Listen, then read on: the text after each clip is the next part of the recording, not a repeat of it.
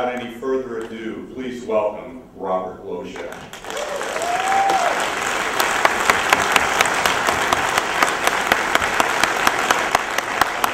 Memories in the corners of my mind. Misty watercolored memories. You didn't know you were going to get the lounge act today. Bob, thanks again for coming. That's great. Well, it's great to be here. God, memories.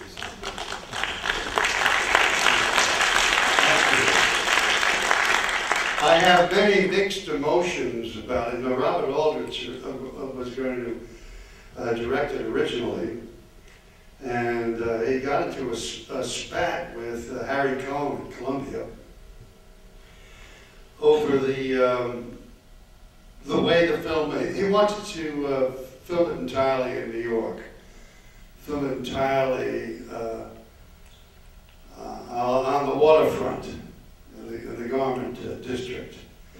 No shooting at the studio at all. And he got into a tremendous confrontation, altercation with Cohn. He got ill one day, and suddenly Vince Sherman was there. And he shot the work of the day. And then Aldrich was told he was replaced.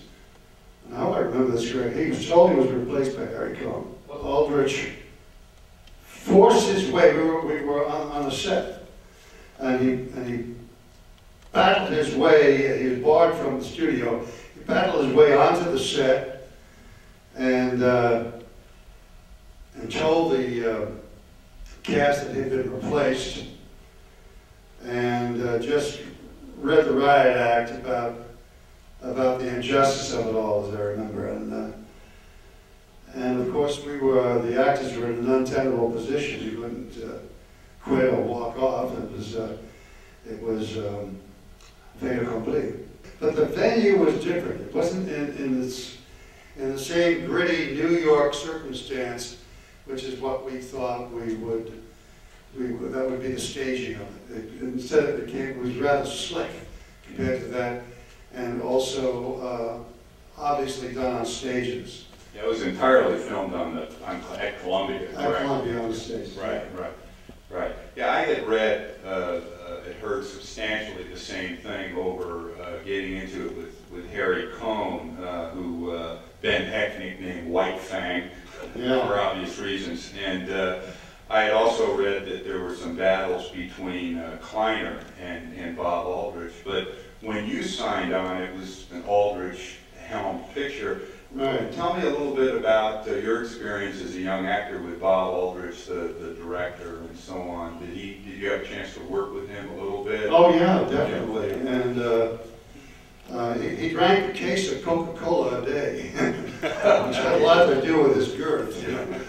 And he was a great guy. I just adored Bob Aldrich. Real honest, straightforward, wonderful guy.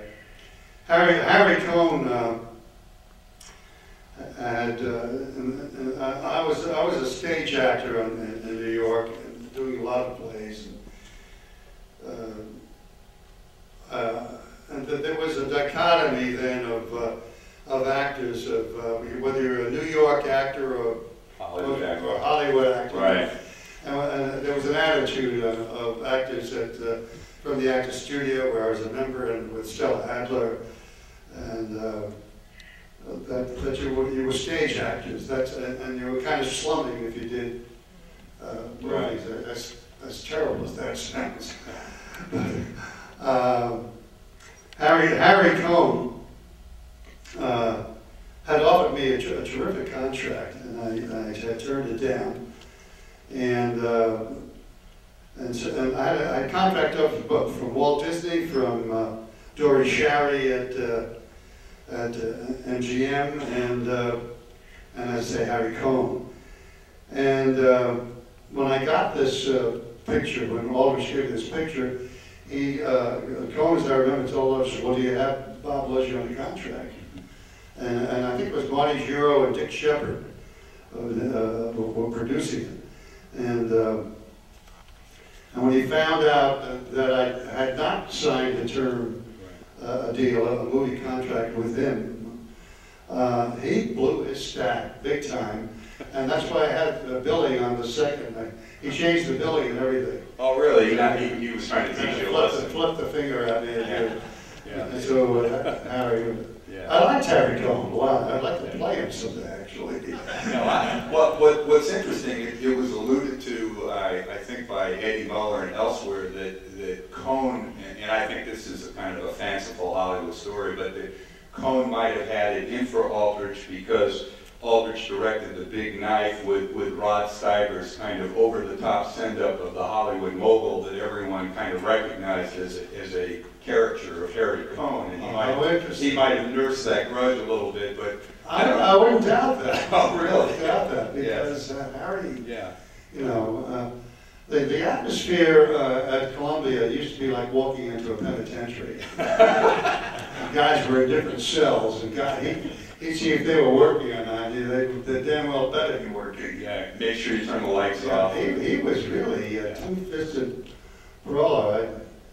I really would, well, it's too old now, I guess, but somebody should play him someday. There's a wonderful book about Harry Cohn, and that should be made into a movie. It would be really good, I think. I believe there's one called King Cohn. King Cohn, that's exactly what it was. Bob Thomas. Bob Thomas's book. It's a brilliant book. It is interesting. And I understand Harry also had a portrait in his house of Mussolini, who was somebody he admired very much. So, we could go on with this. Aldrich. Yeah, Aldrich. Yes. So, anyway, so getting back to the pictures, then Vince Sherman comes in.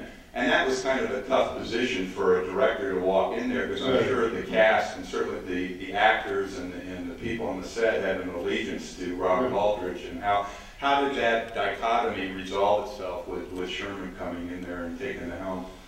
Well, I'm kind of drawing a blank there as to how we got through it. I know just the being yanked out of the environs of the garment district. Right. In New York, and the grittiness of it. Sure. The on the waterfront feeling of the location. If On the waterfront had been done at the studio, it would have suffered this. Absolutely. Wouldn't have been gritty. Yeah. Location, extremely important. Right. In real estate and in movies. Right. As you alluded to, what a great cast of actors in this film. I mean, Richard Boone, Lee Cobb, Joe Wiseman. My dear I mean, the other thing that I liked is the relationship between Lee Cobb and the buyer that was obviously his girlfriend, was a mature adult relationship. The relationship between you and Gia Scala. There was really a lot of, the writing was good, and it was just so well acted. Right. Gia went from that, I think, to Guns of Navarone. Yeah. Was that correct? I think Guns of Navarone was 61, this was 57, so there might have been some lapse there. But she went on to have a pretty good career, and then I lost touch with. I think she came to a rather unhappy end, but she certainly did great work in this picture. She was a lovely lady.